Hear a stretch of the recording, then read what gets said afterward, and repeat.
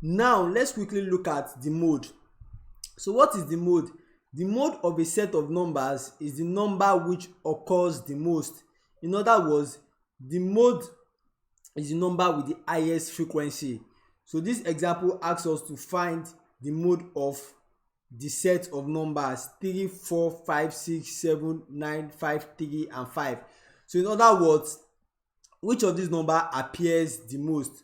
So to do that, we try to list out the numbers. So the first number, we have the number and we have the occurrence. So now the first number that we have here is 3. So how many times does 3 appear? 3 appears just 2 times. How about the number 4? The number 4 occurs just once. How about the number 5? The number 5 occurs 1, 2, 3. It occurs 3 times, twice. The number 6 occurs just once. The number 7 occurs just once. And the number 9 occurs just once. So which number here has the greatest number of occurrence? We can see that it is what?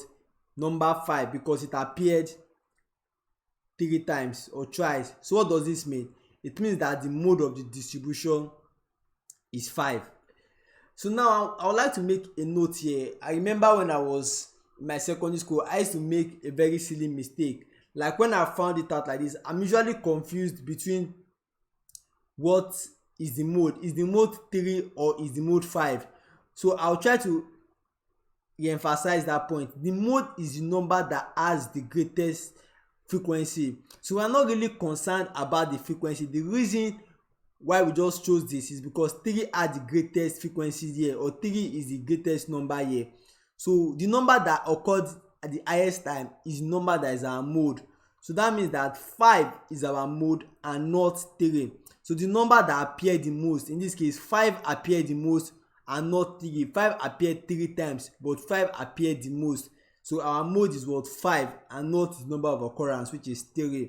So you should be really careful to select the number that occurred the most, and in this case the number that occurred the most is 5. So sometimes we can have more than one mode, and when this happen, we say that we have bimodal or 2 modes called bimodal distribution. So now let's try to look at this example to illustrate that point. So now I'm going to write out the numbers and the occurrence. So let's start out. So the first number we have here is 1. So how many times does 1 occur? 1 just occurs just 1 time. How about the number 2? The number 2 occurs 1, 2, 3. It occurs 3 times. What about the number 4? The number 4 occurs 3 times also. How about the number 5? The number 5 occurs just once. The number 6 occurs just once. And the number 9 occurs just once. So we can see that there are 2 numbers that occurs most, and those are the 2 numbers that occur 3 times, and those 2 numbers are 2 and 4. So the mode is what? 2 and 4. So in this case, we say we have bimodal data, meaning that we have 2 modes in the distribution, and those 2 modes are 2 and 4 because both of them occur the highest time, and which is what? Twice in this particular scenario. Now how about when our information is given in a frequency table? Luckily, this is like the most straightforward thing to try to figure out. This is just the data that has the highest number of frequency. So the data that has the highest frequency is our mode, as simple as ABC. So the table gives the age group of people who were born in March. So we are given that the one student is 13 years old, 4 students 14 years old, and we are told to find the modal age. So now remember that if I list it out, I'm going to write 13 once. I'm going to write 14 4 times. 1, 2, 3, 4. I'm going to write 15 twice. I'm going to write 16 twice. And I'm going to write 17 once. So which number occurs the greatest number of times? You can see that is the number 14. And why is that? Because it occurs 4 times, which is the greatest number of times. So rather than trying to list it out, I just go to my table of frequency and I look at the number with the greatest frequency. So the greatest frequency here is 4, and the number that has the greatest frequency is 14.